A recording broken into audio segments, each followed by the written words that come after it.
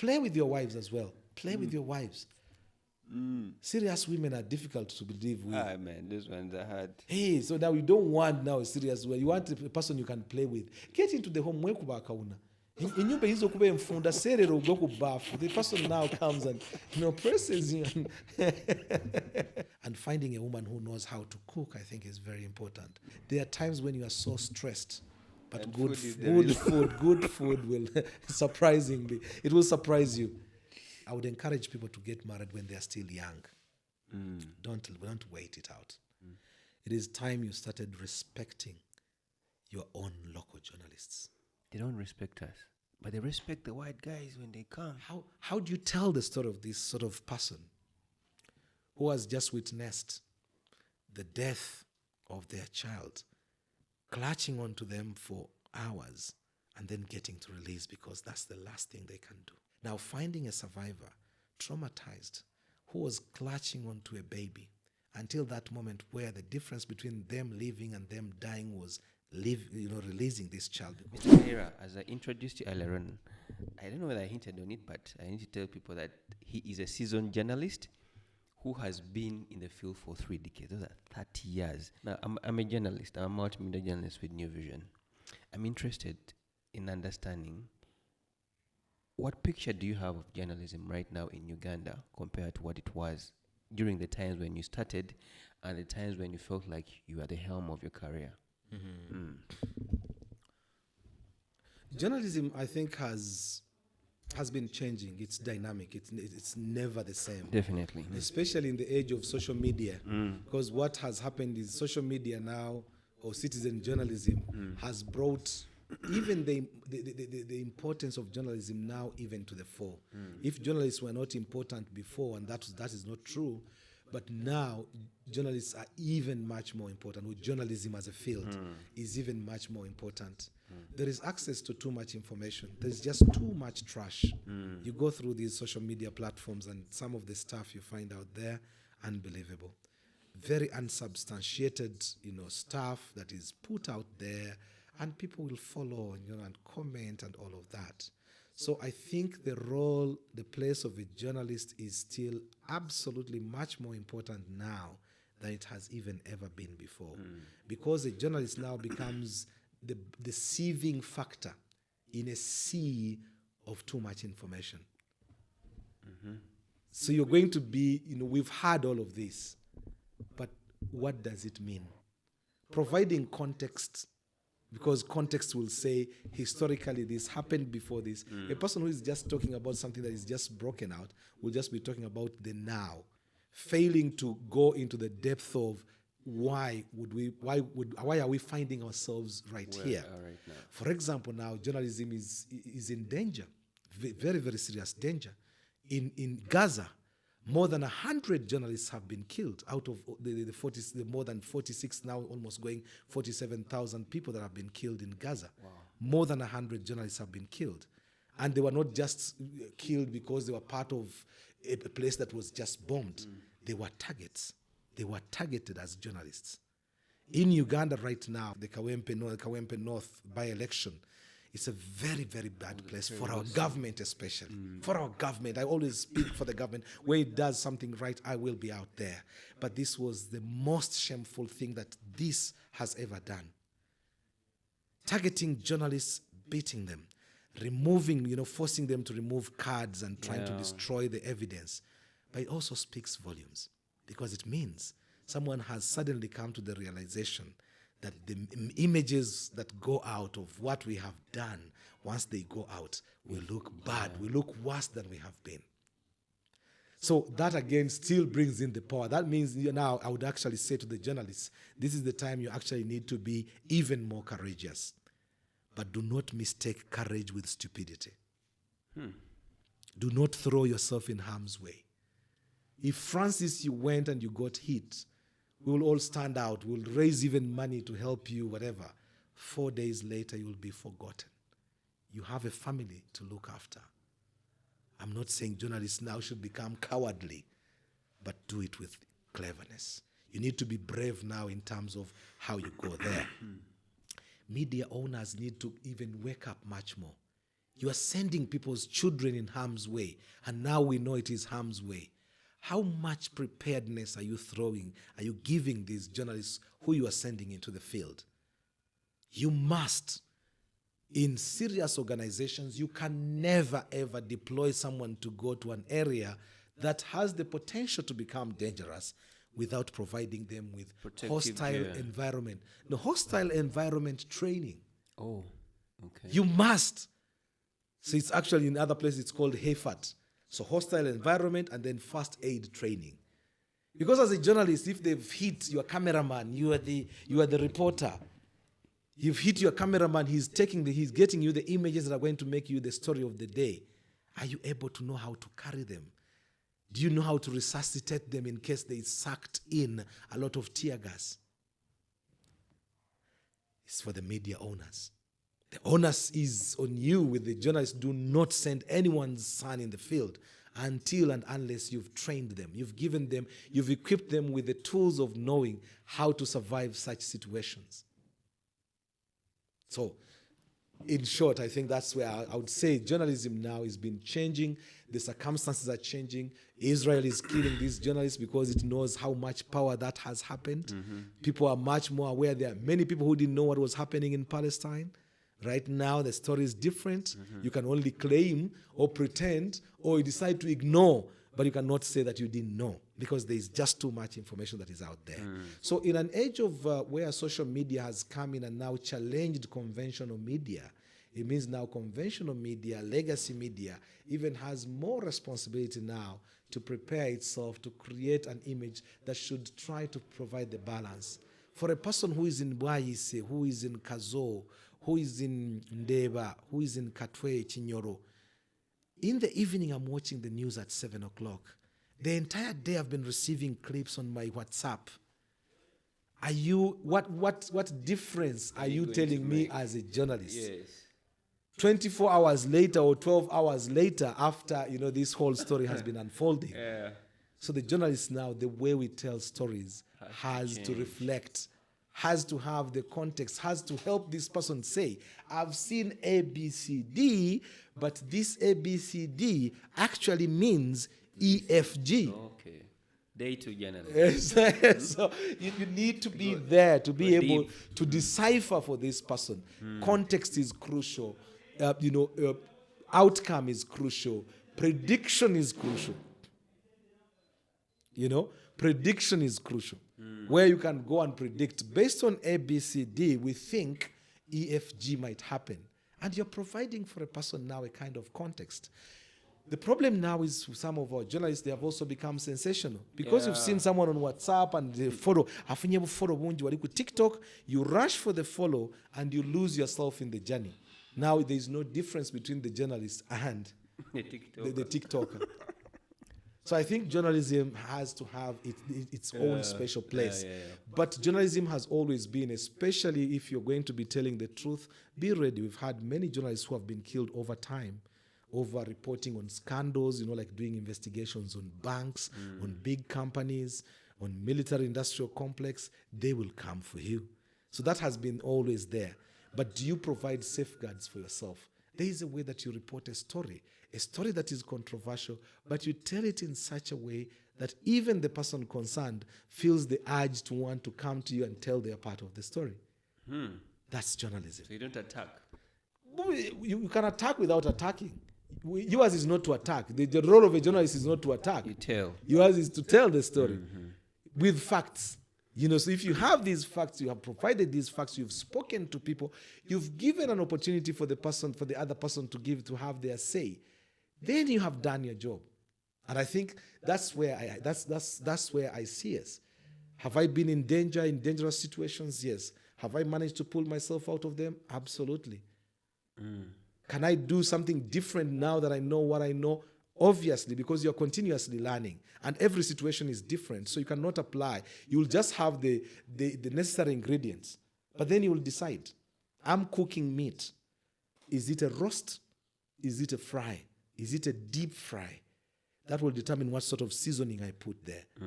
Yes. So I think that's really how I see that for journalists now, the challenge is, you want to be able to be that person that is going to provide context, to provide a balancing feeling, not to create panic for people.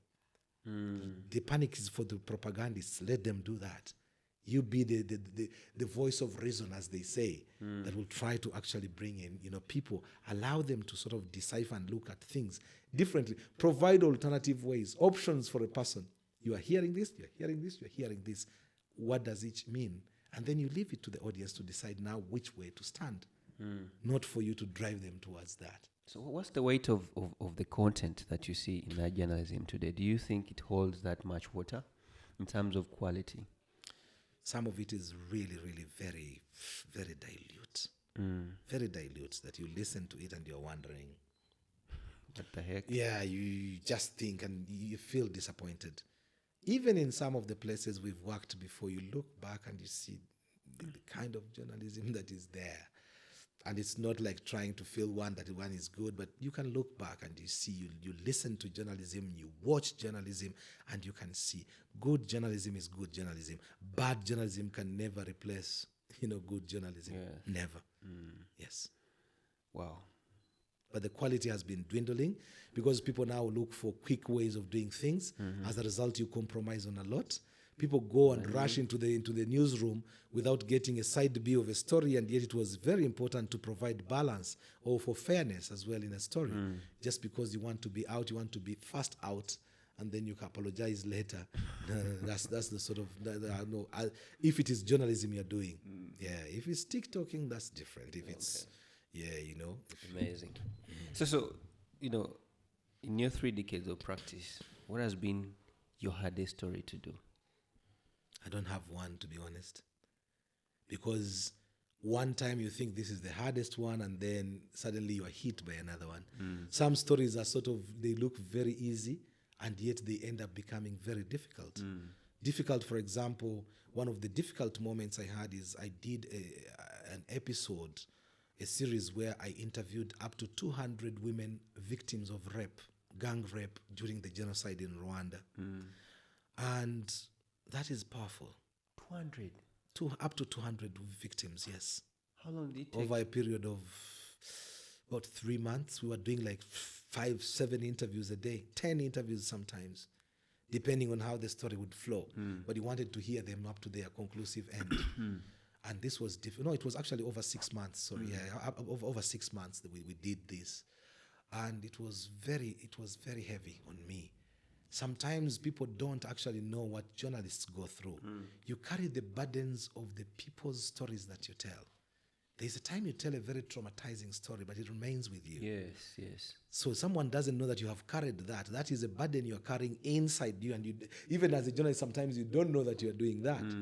But in essence, you are carrying that. So that at the time felt like a very heavy story. And yet you go on later on in life and you're finding a totally different story. Especially when you have to tell a story where you are unable to do anything about it. You've gone. Someone has lost children. There is a lady that I found. We had just survived a boat sinking in the Mediterranean Sea. I'd gone to do a story about a boat that capsized. 500 people on board, and I think only about 100 survived. Wow. The rest went into the world's cemetery now, largest cemetery, the Mediterranean Sea. People trying to cross from Africa to go to Europe to look for a better life. Now, finding a survivor, traumatized, who was clutching onto a baby until that moment where the difference between them living and them dying was releasing this child, because between them, holding onto a child, but between them there is a board that is stuck, and that board can't move. The sinking is happening, and it's a choice of whether do you release or do you keep holding on. How do you tell the story of this sort of person who has just witnessed the death of their child, clutching onto them for hours, and then getting to release because that's the last thing they can do? It's that inability, this helplessness that you carry as a reporter, because you are helping tell this person's story. But you're in a place after hearing the story, so what? This really gets to you, and I'm sure you can see I'm almost tearing, because memories of those endless stories of people that you've told the story of this person. Yes, you've heard it. How do you console this person? Yeah. How do So you leave, you sort of say, good, it's a powerful story. People are responding to it. Lots of text messages coming in. Fine. But you as a person, the humanity in How you, does it leave you? how does it leave you? You go to Congo. You look at a person who has been a thriving businessman, going to Dubai, going to Japan, bringing stuff. You end up in a camp of internally displaced people. This person holding on to a 1-inch mattress, and between all the wealth he had, this is the only thing that is left. You look at this person in the eyes without the hope of going back and restarting over, and you don't know how to deal with that. But there are other powerful stories that they are hard, but they are good. I did a story about people who found love in a refugee camp. You'll be surprised that you see refugees, but always in refugee camps, you always see people becoming pregnant and giving birth to children. And you are thinking you are running from war. When do you find the courage to even, make love? But I went to Chaka, and for example, there's this Chaka, story. yeah. Chaka, yes. And I go to Chaka. It was International Refugee Days, which appears in June. I think it's about the 20th or 19th of June. And I was saying, Kasim, I'm a storyteller. I'm tired of just telling stories, refugees. Can I find a different story? And I said, I want to look for love. People who have found love in a refugee camp. I went and I asked, and they took me to this couple, unprepared. And I love these stories that are unprompted, because when you're prepared, you start doing suits, you prepare yourself. But when someone is doing, unprompted, it's from the heart. Yeah. It's from the heart. It's undiluted. And you can't compare anything with that. So I go into this camp. I find this couple, husband and wife. They met in a refugee camp in Chaka. How they went to do their suit, they were finding a suit, going into the whole process of now looking for marriage. This woman has lost everyone in their family, but there are people who knew their family, and therefore they are like her closest relatives. This man, because in going to get married, you must pay dowry. These people going to pay dowry, and he has nothing. He's in a refugee camp. What do you pay as dowry? Where this guy manages to go and find a ring, in the process, and the ring is given to him by someone who is listening to his story and realizes this person is stuck, and the difference between him and marriage is a ring. Gives him his own ring so that he takes it and go and get married. And this couple now is now in the U.S. They were already relocated in the U.S. They've been there now nearly 4 years. They keep watching this story on YouTube, and they just, every time they do, they send me a message. We have rewatched this story, and it just never goes away. These are things that leave you powerful. You go to an island, you find people who have been displaced, thrown away by Marines who have come in to take over their fishing, which is their livelihood. You find these people, and then later on you find they have been resettled and they've managed to start a new life. These are powerful stories. It's a hard story, you tell it but then finding that someone's life has been changed. There was a time I was in Morocco, 2010, 2011. I'm doing a story about refugees, and I end up finding this lady who had traveled with her 5 or 6 year old daughter. In their journey that ended up taking them to Morocco, they end up asking, hitching a lift from some truck driver. Truck driver normally is the driver and the turn boy, who agree to take them. Midway, these two guys turn against them. The driver rapes the woman. The turn boy rapes the 5-year-old girl. Wow. Just hearing this and looking at this woman, and she's holding the girl, and as she talks about this, relieves this experience, she's crying, and the daughter is just there playing with her doll, and I'm looking at the daughter and feeling the helplessness. But off the back of this story played up in the UK, and one rich guy reached out. He got her a visa, and she was brought to the United Kingdom. Now looking at this lady with the daughter and seeing that it is your story that changed their life. Their lives, yes. These are things that actually you can walk back home and you actually feel you're holding your head high. But building up, getting to that point where you can actually be the storyteller that is going to make the difference, you need to build yourself. And that means a baptism in fire a lot of times. It's endless times that I've received knuckles from presidential bodyguards, for example. In Rwanda, when I was, that's where I started my journalism. Ended up heading the TV news there in Rwanda. And I forget even the number of times I would get, like pushed or shoved or knuckled by the presidential bodyguards. But one instance, it was a difficult time during the talks to try to stop the war in Congo again. But that was 1998, 1999.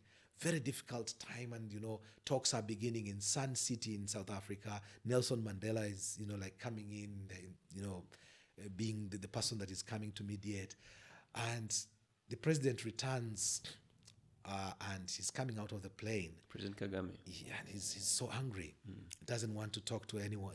He's not in the mood to talk. It's been difficult conversations being had there, and I get my microphone and I just flag it. Yes. Being the journalist, flag the microphone, and it's not like these wireless microphones now. You had this cabled microphone nearly 10 meters away. My cameraman with his Betacam, huge camera on his shoulder. So one of the presidential guards, Willie, comes and gives me this elbow.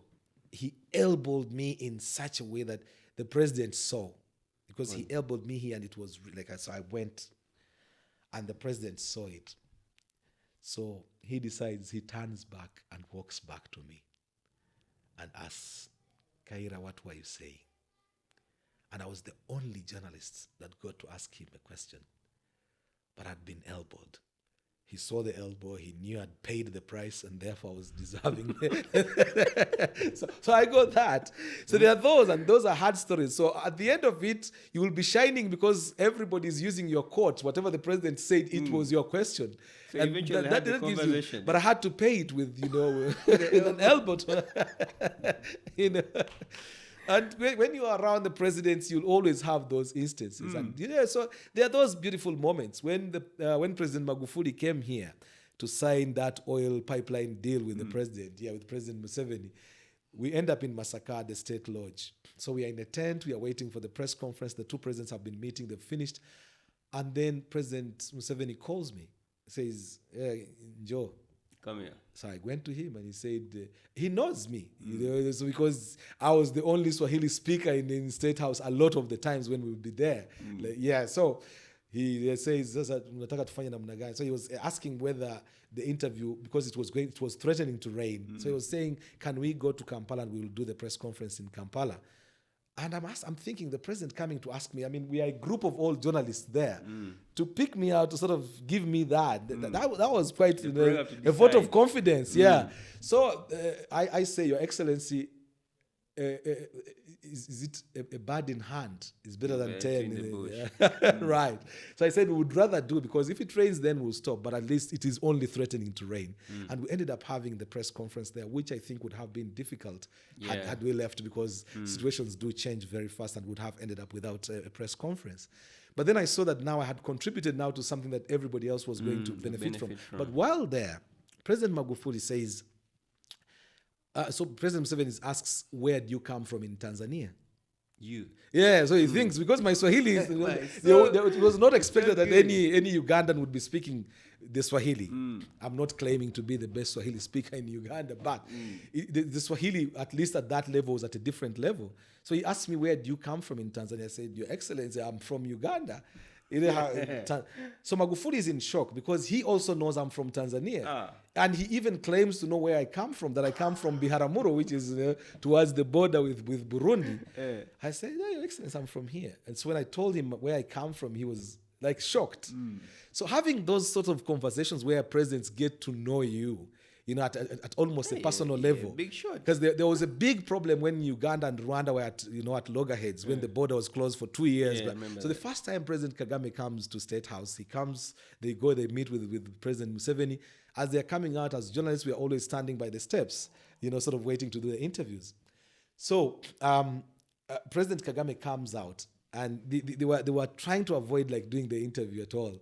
They would come, the vehicles come and park, and they go Straight. So I stand in a way that President Kagame really sees me, and he says, Kaira, what happened to you? You're going to bust. Yeah, like he was saying, I'm fat. Like, what happened to you? And President Museveni is just like just 2 steps away from him.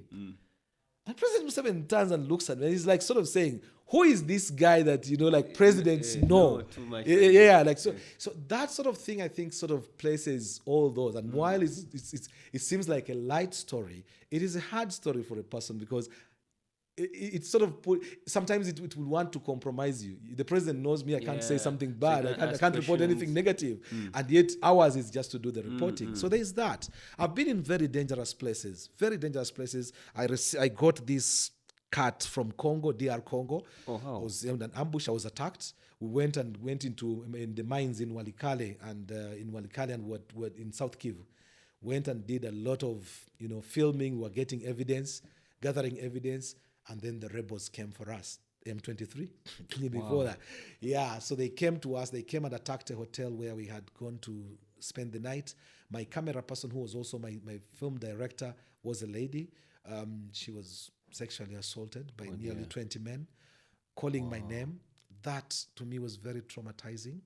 The fact that now I was helpless because she's calling my name. I don't think she was calling me to come and save her, but she was, I don't know whatever was going through her mind, but she called my name. And the fact that I was here being kicked and hit, with gun butts, unable to help her, left me with a trauma that I think I might live with for the rest of my life.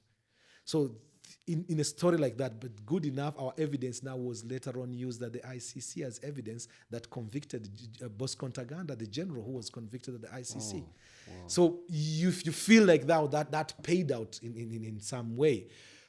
Knowing languages has come in I don't know how many times I've been saved out of situations simply because of speaking languages. You get to Congo, there's now an island called Ijwi, which for the first time, Abashi people live there. It's for the first time the M23 has gone and captured that area. You get into that area and it can be just as primitive as you would want to describe it. But you get there and someone speaks Jishi and I'm there, I'm rolling with them. 2 minutes, it breaks barriers. You find that, so grew up in Kenya in the 80s, which was really difficult time. Kenyans hosted many Ugandans and we are forever grateful for that. But the level of racism, even as you see tribalism within themselves. So if you're a foreigner, you can imagine. So the way to survive was to learn languages. So I learned Kikamba because I was in Machakos. I went to school in Machakos. That's my home. That's my home area. In Machakos. Yes. So I learned Kikamba. I speak Kikamba. So you language becomes an icebreaker in situations. Because the moment I speak your language, I come to you and I say, "Hey, Alamanoi," and someone will just be smiling. He's one of us. He's just one of us. Yeah. And so that helps. That helps to break barriers. Traveling and getting to know people, then you don't have all these little things in Zengo Muganda. You lose that. You suddenly now look at the world globally.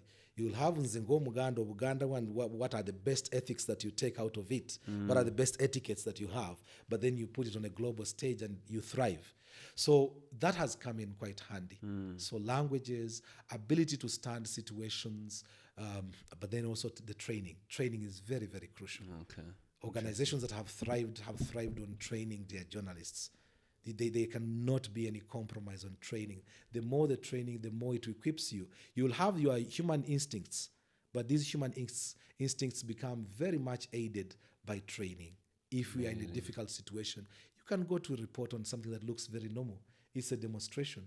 Bagadeuga na Masomero, there are these schools that build their schools in Ibibao. What are they called? UPE. No. There's a particular organization. Green schools. There's a particular type of school. Oh my God, I'm forgetting them. But they were building them with Vibao and they are spread across the country. So there's a time the government went in hard on them and closing them. I heard of that story, yeah. So there was a demonstration now and people are saying we are going to go and demonstrate to Parliament. It's a peaceful demonstration. But all of a sudden you see tear gas appearing and all of that. And so even in a story that looks so innocent, it can turn so quickly into something that you didn't have. The training then comes in. How do I act? If I lost my camera person, How do I lift do we them? reconnect? In a place that you know that is familiar, well and good, but they've thrown you, they've sent you to Karamoja, you are in Kenya, elections. We miss out on each other. Do we have an RV point? Do we have a rendezvous point? Do we have a meeting time point. scale? Because I'll tell you, if in 15 minutes you haven't turned up here, then I'll disappear. I'll know maybe you've been arrested or something, but I'll give you the 15 minutes doubt. So you're working to that. All of that is training. And this is why I was saying media organizations, especially now we are going to go into elections, it's going to heat up. So media houses must, and I charge a lot of money for those trainings. Since media organizations shouldn't even, if you think about someone's life, the people that you are throwing in there, you shouldn't even worry if I ask you for 10 or 12 million to carry out a training, because it is your reporter's life. And you need it. Yes. So I'm curious to know, how has that shaped your perspective of life, especially these stories? How has it given you a different lens to life? And in a lot of ways. I mean, the value that I attach to property. I just told you about that very wealthy man in Goma who ends up in an internal, not even a refugee camp, in an internally displaced people's camp. It's very mobile. And you find him with 1-inch mattress. A person who has a bed that is the size of Congo and he's left it. So our approach to wealth and whether I can kill a person just to get money, you know, that my look at life changes all of a sudden when you start appreciating these things. You look at people, and if I see a person who comes from another country, Uganda now is home to many people. People coming from Ethiopia, people coming from Eritrea, people coming from Somalia, people coming from Sudan, and many of them, their circumstances, although others now have come in as business people, many of them are refugees. They've come here because they fled a particular situation where they were. The way I look at a person who is in that situation, I try to listen to their stories. You hear these beautiful stories of who they were before they came here. Someone was wearing a tie, going into an office with a 4-wheel drive car. All of a sudden now they are lining up at Old Kampala Primary School to get aid from World Food Program. Food. It is. So you look at that and it changes your perspective, the way you look at life, the way you can maneuver situations. So there's a time we were in Morocco and we are filming, and because they were not giving licenses for people to film because we were doing a story that would be sensitive to the country. So we had to be filming like secretly. We are in the middle of filming. Again, I have a female camera woman. We're in the middle of filming. Someone goes and kurokomas on us. The police, to the secret police. Secret police start arriving. Someone gives us a hint. The police are coming. We had to find a way of disappearing from there without endangering the person that we were interviewing. The person we were interviewing had been shot with a gun and the bullet was still in his pelvis. The bullet got lodged in and it hadn't been operated out. Wow. He was a guy from Ghana. So we're in the middle of interviewing, and then the secret police arrive. As they are arriving now, we have to find a way of disappearing. We pretended as if we were on our own stuff. We ended up in a lingerie shop. Lingerie selling underwear. Yes.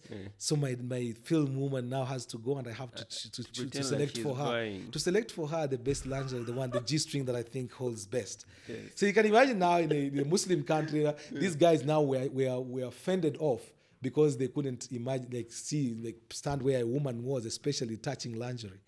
And that saved us. So you learn of all these creative ways of getting out of situations, but then importantly, build the contacts that you build. Even within security services, have contacts. There are people that will give you a hint and tell you, guy, you are there, you are covering, but get out of there. And I've had 3 phone calls in my life that were life-changing. The moment, no, I won't tell you. Because that would almost mean revealing some instances, where the detail is such that now someone would almost, be able to tell. But someone gives you a hint and says, Kasim, get out of there. And it's 2 minutes from getting out of there that you see the troubles that then follow with that. So have these contacts. They come in quite handy within the security services. I'm not asking you to become an informer. No, you are a journalist. Keep that. But it just means have a rapport that you can have a conversation around what is happening and give perspective. Because sometimes they also need to hear what people think, and they only get that from us. So it is not about telling on someone, it's about what is happening, what the mood is. Because you would go into some people that are so angry and you can't survive regardless. You learn through journalism to be an embed. To be an embed means you are taken, if, for example, Ugandan troops are going to South Sudan and they say, we need this number of journalists, and they take you. So you are in their care. You are moving by their permission, by their instructions. I've done like 3 big embeds. 1 in Asia, 2 in Africa, 1 in Central African Republic. The biggest convoy that drove from the Central African Republic in Bangui, moving to Cameroon, taking Muslims who are being helped to escape the anti-Balaka fighting, when Christians and Muslims were fighting against each other. So I ended up using my contacts. I was the only journalist with my cameraman on a convoy of 1,100 vehicles because of my contacts. It was the Rwandan troops who were looking after the capital and the president. And using my connections there, I got there. It had to go all the way to the high command, and I was given permission, only me. To the point that the BBC was sort of trying to send another journalist of theirs, and they were sending a journalist flying in specifically with the producer from South Africa to come in and join us.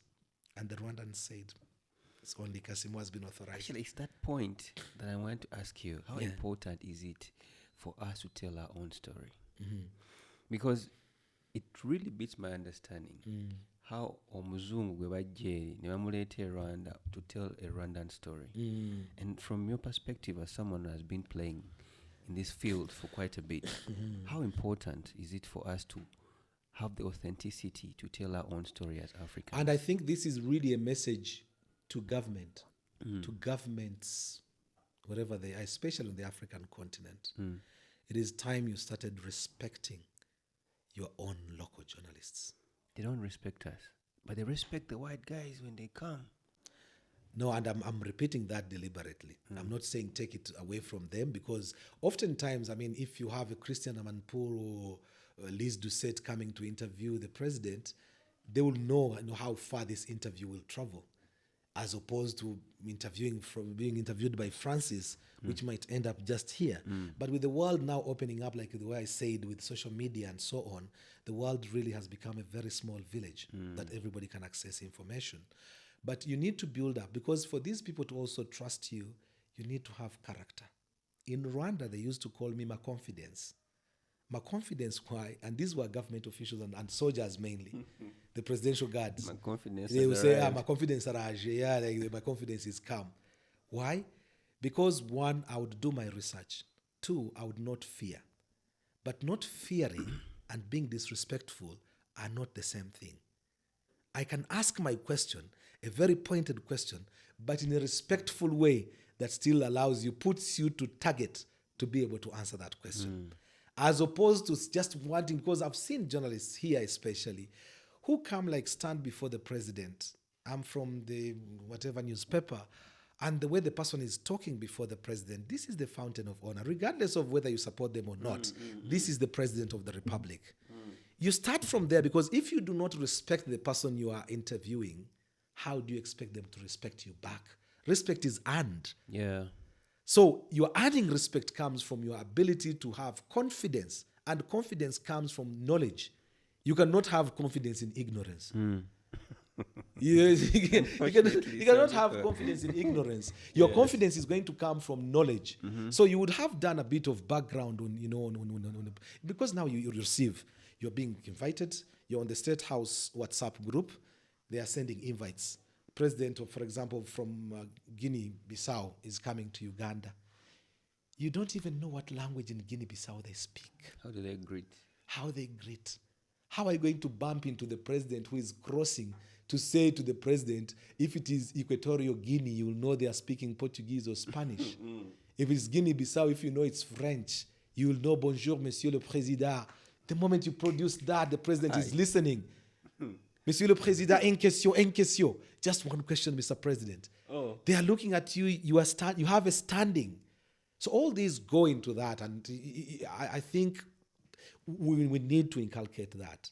The confidence should be there, but the confidence should be coming from knowledge. The more knowledgeable you are, the more respectable someone will have you. The more the government can't lie.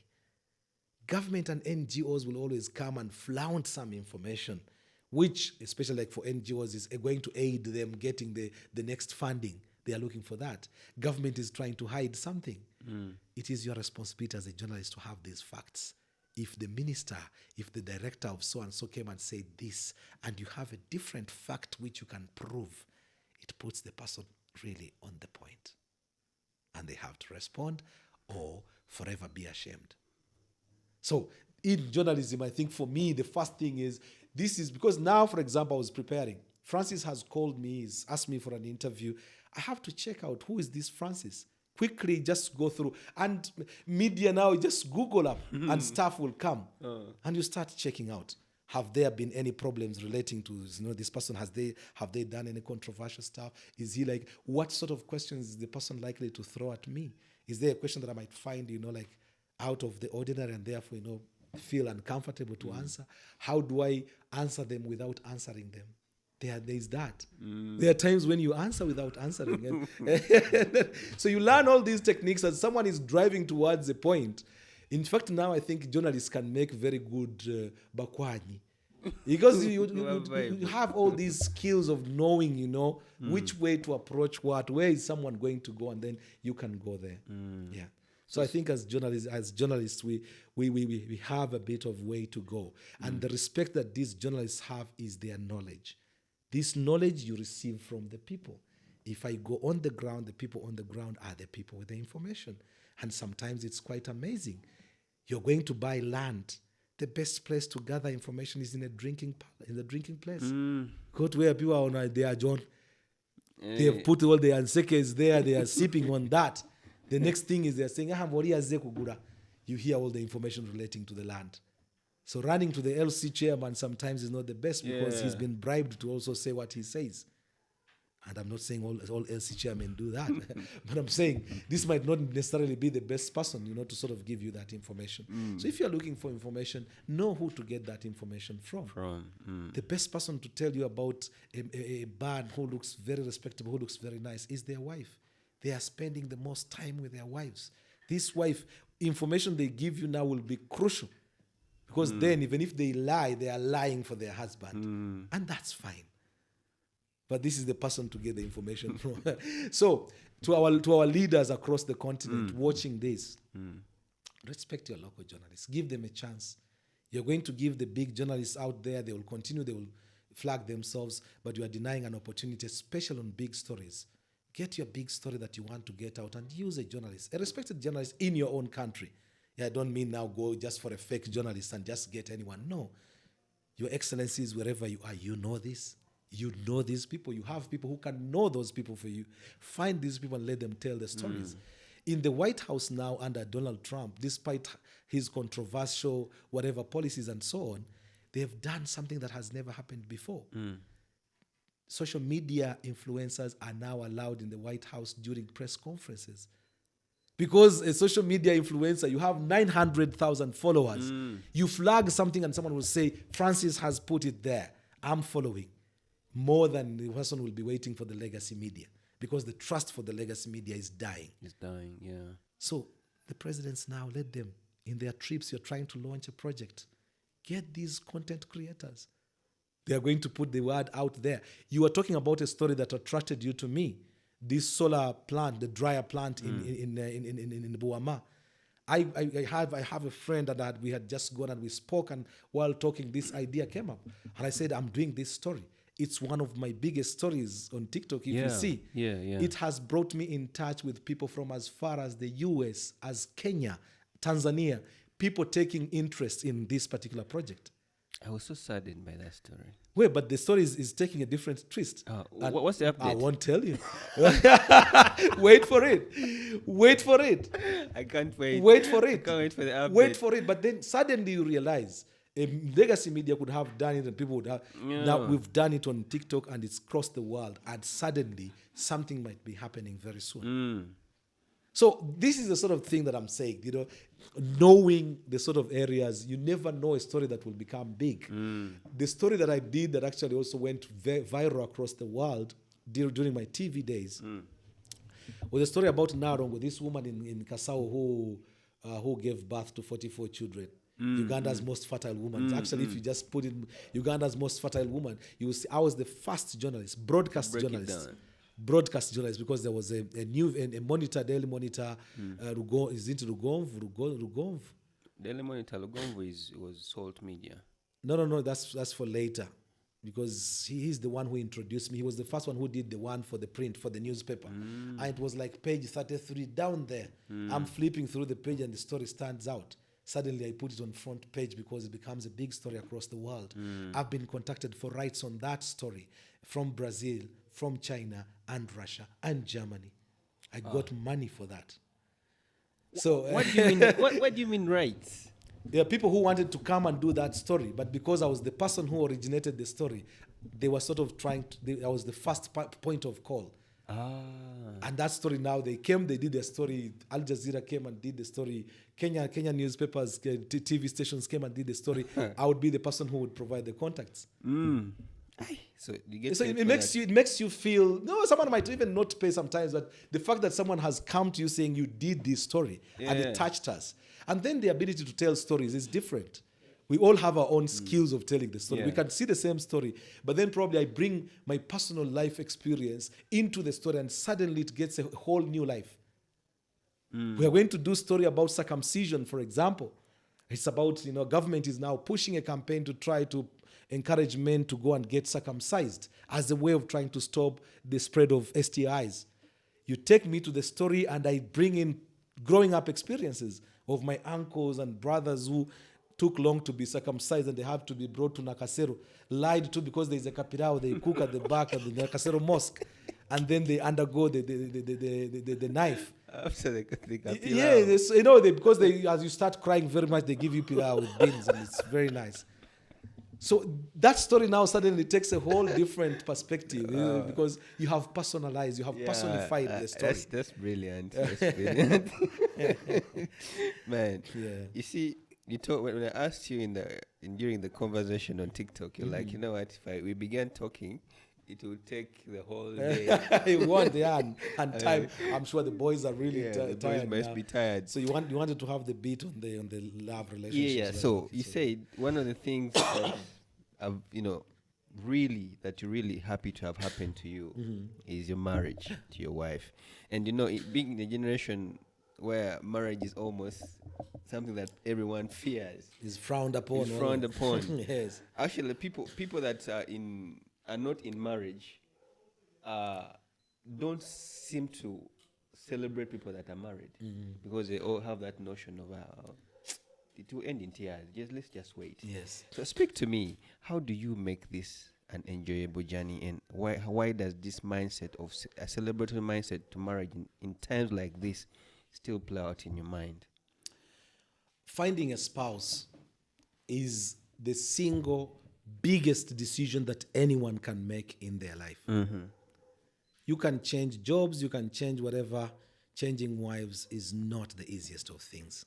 Changing wives is not the easiest of things. You might, but it's not the easiest of things. You might even be lucky that by changing from one to another, you find happiness. But because you're carrying the trauma from the previous relationship, the likelihood is you might not give yourself 100% into this new relationship, despite how good it is, if you had a nasty experience in the first relationship. Yeah, definitely. So finding a spouse, from an Islamic perspective, that's why it is said, it is called doing half your religion, half your faith. Half your faith is finding a good spouse. The other half goes now into the acts of worship, praying, giving alms, paying your tithe. All of those now fall into the other side. But this one half, as a portion in itself, is finding a spouse. The choice of a spouse in Islam, the Prophet Muhammad SAW says, you can marry a woman for a number of things, for their beauty, for their genealogy, for their wealth, for their physical, so it might be the sort of the physical appearance. But the Prophet insists very much and says, marry a faithful wife, faithful as in being religious. Marry a religious wife, and God will give you the rest. Because there will be trials, there will be tribulations in relationships. A relationship starts from lust. The lust doesn't last. The lust dies so fast. Once it has died down, you are stuck with this person probably for the rest of your life. Women control us in ways that we cannot even fathom. They've got the soft power and they've got actually the hard power. The hard power is so obvious. The soft power is so hidden. If you find a good wife, it is the best thing that you can have in life. Because you can struggle at work, but if you know you're going to go back home and you find an understanding person, a calming person, you are sorted. But have a very good day at work and you have a traumatizing wife, and the entire day will just go to waste. So, one, finding a good spouse is really down to God. It's very, very much a divine intervention. So before you think you know so much, ask God. Pray to God to give you a good spouse. And then two, now inculcate, build the person that you want. Be the person that you would want, the other person to be. So if you are the giving type, give, and God will give you a woman that is also going to be giving. But it starts with God. It's a divine, that is the divine intervention. We've seen some of the best men that I know in the world, but they get married to the worst women. Yeah. Because a woman oftentimes will find you in times that you didn't expect. You are at a wedding, people are coming, dancing and throwing their bodies around. Someone beats you literally in the heart. Nakuba. Before you know it, you are trapped. You're married. And before you know it, because you are this person who doesn't want to be seen just having, extramarital affairs or whatever sex outside marriage, then you end up getting married because you want to formalize things. Other women will come in and then they are that touchy. They are sort of say, for me to be with you, this is how it has to happen. And because you're desperately wanting this person, you go through a marriage. And before you know it, you're actually wondering whether you were ready to get married. So that's one very important thing. The second important thing is I would encourage people to get married when they are still young. Don't wait it out. Do it ASAP, because the ASAP now helps you.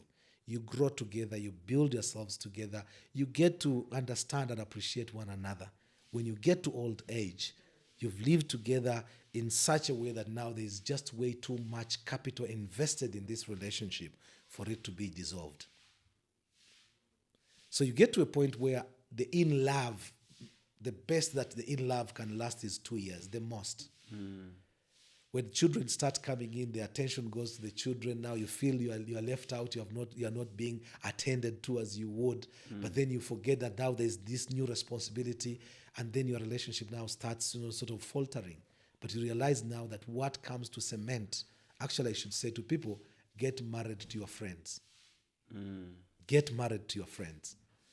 Because your friend is the person that will understand you at a moment where nobody else can understand you.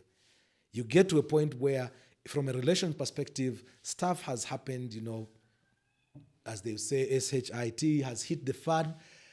You get to a point where you're in serious trouble.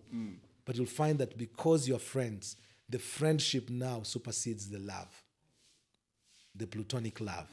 You find that the friendship now becomes much more stronger. You will be able to do businesses together as friends more than as husband and wife. Yeah, so that's one other thing that people now should try. Find your friend. If you have a friend will be easier to sort of be around. And then love them, sincerely, because if sincerity is in there, God sees that sincerity.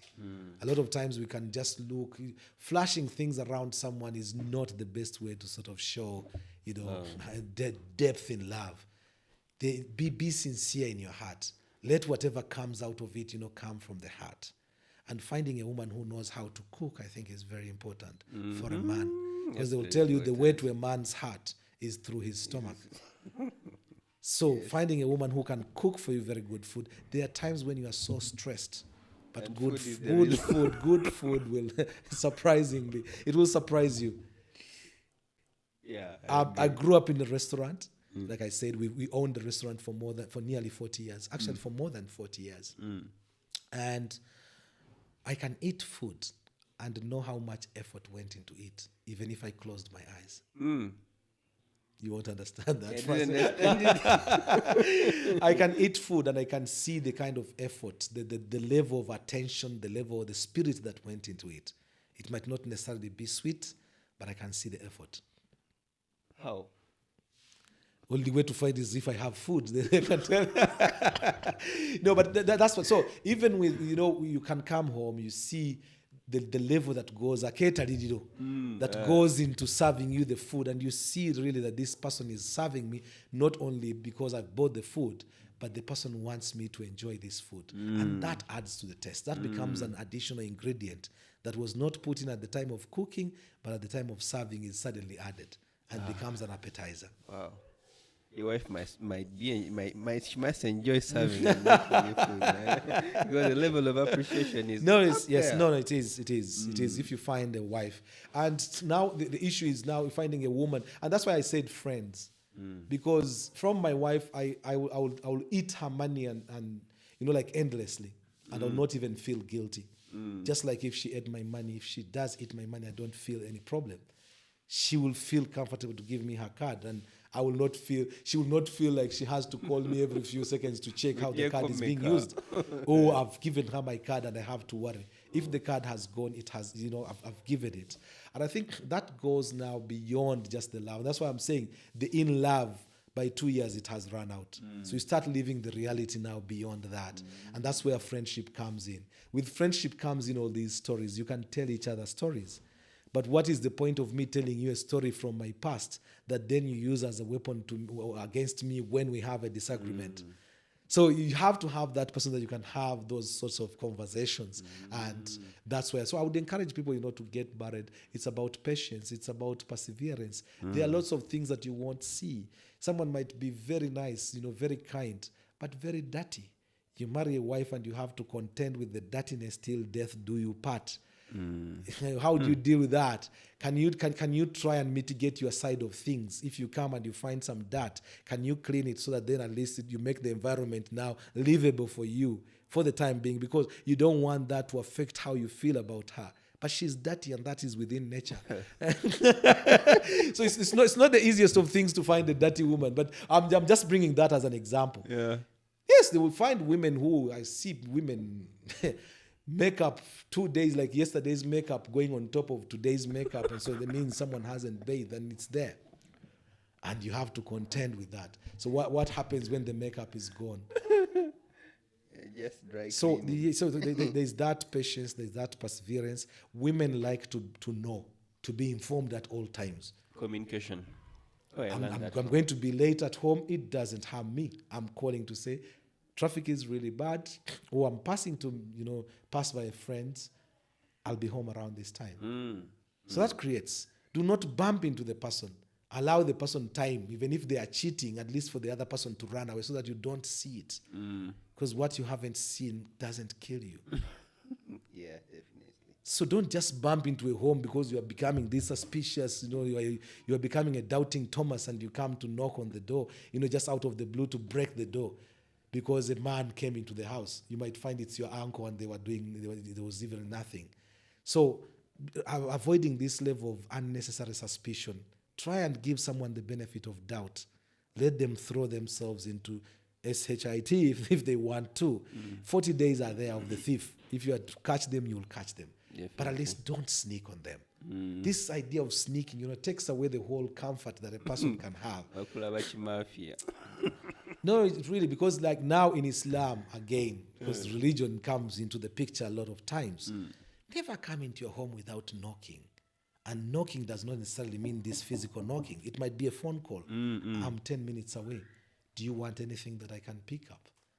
10 minutes now, the wife who was wearing this t-shirt that was all hanging like this, suddenly now will go and get a better t-shirt, put a little bit of makeup, receive you in a good way, instead of you arriving and finding her in that state that she wouldn't want to be found in. So all of that is part of the preparation, and all of these things really, really go in, like quite handy.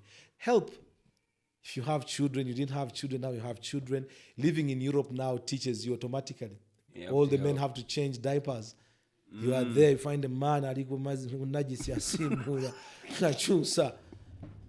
There are men now, where I was saying get married when you are still young. There is a man I found chasing a bus. If it stops at the bus stop, it will only be there for like a minute or 2 minutes maximum. So it allows people to alight and people to board. This man came and he was pushing a pram. Saja saizi yange. Agoba ne pram, agoba bus. Looking at the man being breathless. And I thought, oh my God, at this age, well, if it's trouble has happened, you broke up with your wife and you need to get remarried, that's a different story. But at least marry young. Enjoy yourselves when you're still young, when you can still do all the funny things. You get to an age when you can no longer do those sort of things. Funny things are never funny. Yes. Suddenly you focus serious. So you need to find this. Play with your wives as well. Play with your wives. Serious women are difficult to believe with. Ah man, those ones are hard. Hey, so now you don't want now a serious way. You want a person you can play with. Get into the home. The person now comes and presses you. And that comes in handy. They will massage you. Get an excuse to get a massage. Like don't let like the smallness of space get in the way of you being affectionate. Yeah. And then women like to be shown the PDA, the public display of affection. Do that. Women love that. For us men, it might not even, holding hands. Yeah, but like, sure, this is my wife. Introduce them. There's something that comes suddenly. They feel like there's something that comes. Yeah, that comes with that. So those are little things. That there are some basic things, and then every other thing now goes into. You cannot have one size fits all. Every relationship is different. So how you meet, where you meet, how you build your relationship. But if there is faith in it, religion, you're Muslim, you're Christian, you're Jewish, you're whatever, the religion, because it becomes a fundamental basis. Every religion actually thrives and pushes and encourages marriage. I haven't seen a religion that encourages people to just go and sleep around. And also the fact that now when you sleep with someone's daughter, why I'm saying get married quickly, and with my children I've made it very clear, even if you are 17 years of age or 18 years of age and you think you want to have a boyfriend or a girlfriend, my kids know it. You have to get married. Because if you can sleep with a girl, then you might as well have them as a wife. So I don't entertain issues of boyfriend, girlfriend. If you are ready to have a boyfriend, you are ready to get married. And I'm happy to pay the bill for the wedding. Wow. Our first son got married and we were absolutely over the moon. He provided, a yardstick for the others. I'm saying, get married young. He married someone that he loved. And for us, that was, something very big. What age did you get married? He's 26 now. So when He's did he get married? 25. So he was 25 when he got married. Going 26, yes. So at that age, even at 20, for me, as long as you've got to voting age, if they say you can vote, you can make decisions, then the person can as well marry. People here now is sleeping around at 12 years of age, 13 years of age, they are already sleeping, with boys, or boys sleeping with girls. What's the point of not actually getting these together and you just concentrate on one person, concentrate your effort, your energy? I would rather that, and I encourage that. So any young person who wants to get married, I'm really in for that. Yes, don't waste time. You actually settle so much. I got married, I think, when I was 28 or 29, and I just got my job. The moment I just got my job with TV in Rwanda, I'm this journalist, my wife's graduation was our introduction. So the graduation was combined. Graduation kwe kwa Anjura. No time to waste. So you combine this, you save on costs, you get working. Yes. And so instead of going to contribute to money, at a graduation, graduation kwe kwa Anjura. Yes. David, are you taking notes? Right, I think it's just all right. I think he has a question. Okay, you have a question, huh? Come and ask from here. Yeah, come here. So, my urge is how many one in 27 years, Okay, but you tell us one so far. Why do you have one? I haven't got a reason to have a second one, or a third one, or a fourth one. I haven't had a reason, so she hasn't given me a reason. But also probably our kind of lifestyle. You live in Europe, one wife is almost equivalent to 4. There are enough trouble now to say that you're going to add another one. But I think she's been so lovely. She hasn't given me a reason. And that is not to say I cannot get married. That's why I'm saying I have got one so far. But that is 27 years, half my life. I'm 51 now. So half my life I've spent it with her. And that speaks volumes. So you start getting, too attached to each other and all of that. You sometimes feel the guilt. If I get married now, I will hurt her feelings. But that does not in any way spell the fact that the moment you're going to get married to a second wife, you wouldn't even know what happens to you. They will say that you won't even know what has hit you. Someone can come and lift you off your feet, and before you know it, you do that. But there hasn't been a reason to do that yet. So we are very good friends. We are very close. We know each other almost inside out. Yes. And that's where I was saying there's need often for divine intervention. Long time, and I'm still very strongly in encouraging that as well, finding partners for your children. Matching them up. Yes, it's called like arranged marriage. It's not forced marriage, but it's arranged marriage. There's nothing wrong with arranged marriage. Because in Banyankore, they've got a particular proverb. They say, Ozara abuza Ozara araguza, Oshwera abuza. What does that mean? Whoever gives birth to a child, they must find medicine. You learn medicine because of giving birth. So they were beach kubo. My boy is now having colic. You have to find the medicine for colic. There is this cough. Suddenly you are consulting now to find medicine because you have given birth. And a person who gets married must ask. So ask. In asking, it means you find out the character of the person. These things follow. There are certain things that are very genetic. You find a family that has thieves in their DNA. You cannot find one thief, 2 thieves, 3 thieves, 4 thieves, and it is all coincidence. That now creates a pattern. So you go into that family knowing you are also probably going to give birth to a thief, or one of the in-laws will come and steal from you as a thief. So that's why it is very important to ask. You ask around. Where did they come from? You ask around. Who are these people? How is that family?